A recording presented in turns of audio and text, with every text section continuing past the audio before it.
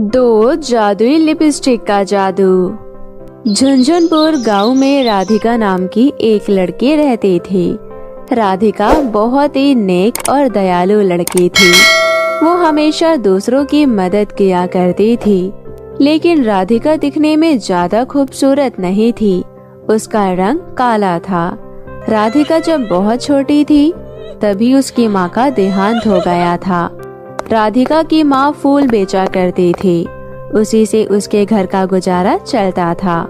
लेकिन एक शाम कार एक्सीडेंट में उसकी माँ का भी देहांत हो गया और वो हमेशा के लिए इस दुनिया से चली गई। माँ की मृत्यु के बाद राधिका बिल्कुल अनाथ हो गई थी। अब राधिका अपना गुजारा करने के लिए दूसरों के घरों में नौकरानी का काम करने लगी। जहाँ राधिका काम करती थी वहाँ एक विनीता नाम की एक लड़की रहती थी। विनीता बहुत ही बदतमीज और घमंडी लड़की थी। वो राधिका को बहुत परेशान किया करती थी। पता नहीं माँ ने कहाँ से इस काली बंदरिया को काम पर रख लिया है।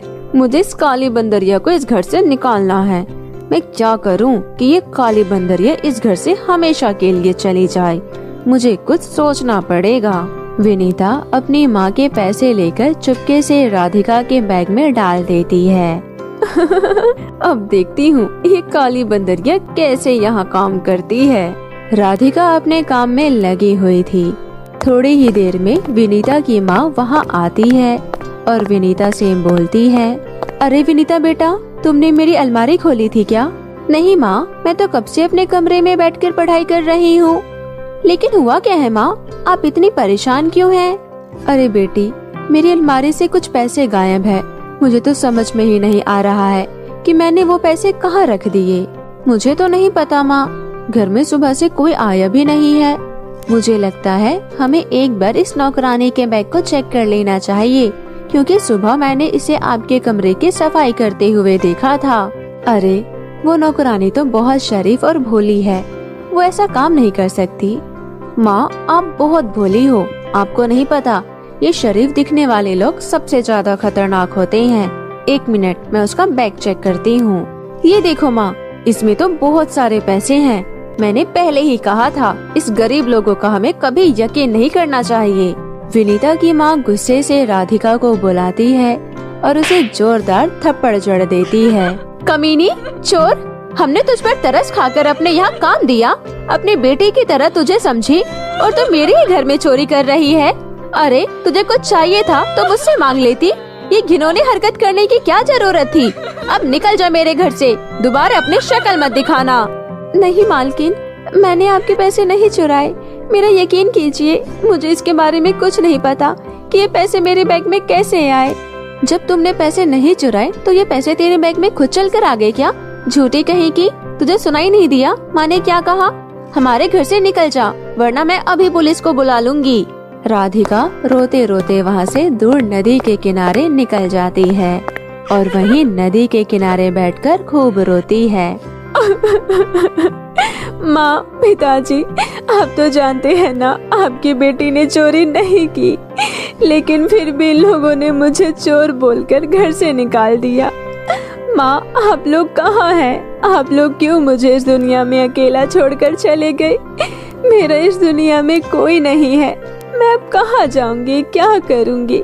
मुझे भी अपने पास बुला लीजिए ना माँ। मैं अब इस जालिम दुनिया में नहीं जीना चाहती। मैं अभी इस नदी में कूदकर अपनी जान देने जा रही हूँ। तभी राधिका की माँ की आत्मा वहाँ प्रकट होती है। रुक जाओ राधिका बेटी, तुम तो मेरी बहादुर बेटी हो ना। तुम कब से ऐसी मुसीबतों से घबराने लगी? माँ, अब मेरी जीने की हिम्मत नहीं रही। कल तक तो लोग मुझे काली बंदरिया कहकर चिढ़ाते थे, अब से वो मुझे चोर भी कहने लगे हैं। मेरे पास कोई काम नहीं है, ना ही मेरे पास खाने को पैसे हैं। माँ, अब आप ही बताओ मैं क्या करूँ? मेरी प्यारी बेटी, ये लो, ये 2 जादुई लिपस्टिक है। इसमें से एक लिपस्टिक भलाई की है, जो सिर्फ तुम्हारे साथ अच्छा करेगी, तुम्हारी सारे इच्छाओं को पूरा करेगी। और ये दूसरी लिपस्टिक बुराई की है, जो तुम्हें हर मुसीबत से बचाएगी। अब तुम खुशी खुशी घर जाओ आज के बाद सभी तुम्हारी प्रशंसा करेंगे, कोई भी तुम्हारा मजाक नहीं उड़ाएगा। इतना बोलकर राधिका की माँ की आत्मा वहाँ से गायब हो जाती है। राधिका खुशी खुशी उस लिपस्टिक को अपने साथ घर ले आती है।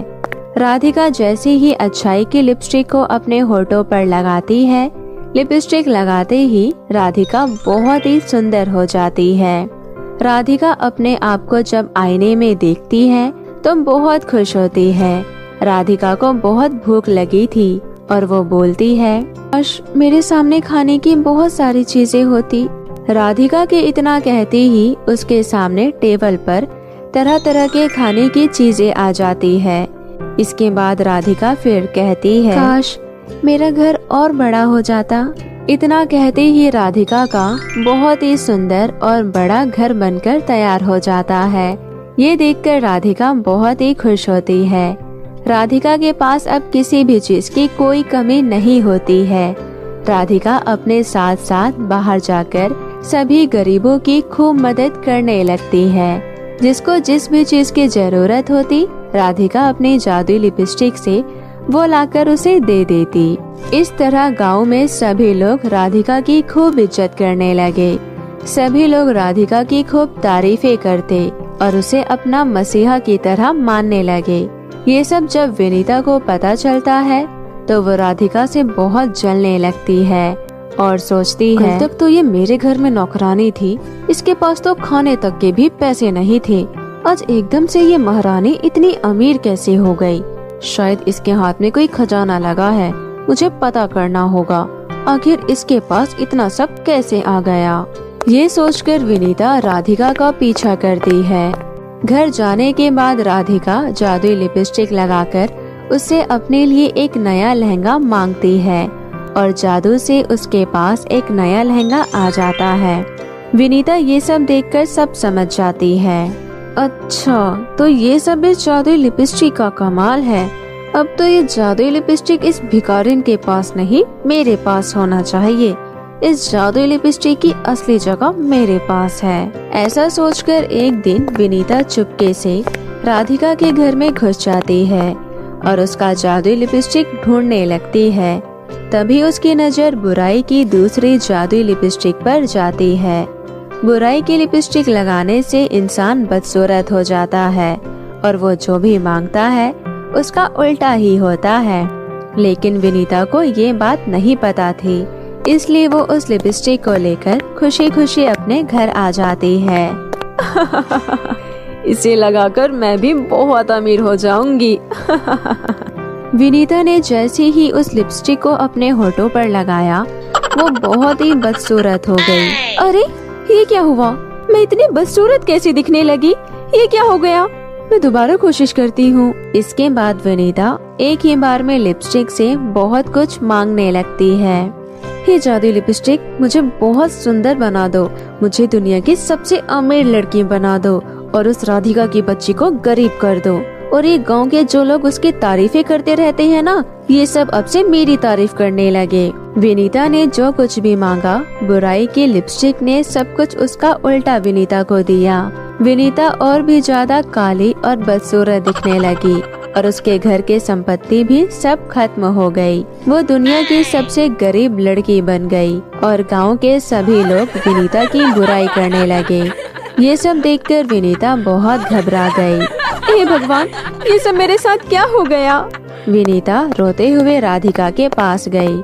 उसने राधिका को सारी बातें बताई। विनीता, मेरे पास मेरी जादुई लिपस्टिक तो है ही, मुझे लगता है तुमने मेरी बुराई की लिपस्टिक चुराई है, तभी ऐसा हुआ है। बुराई की लिपस्टिक से मांगने से उसका उल्टा मिलता है। तुमने मेरे साथ अच्छा नहीं किया था, तुम्हें अब उसी की सजा मिली है। ऐसा मत कहो राधिका, प्लीज मुझे माफ कर दो। मुझे अपनी गलती का एहसास हो गया है।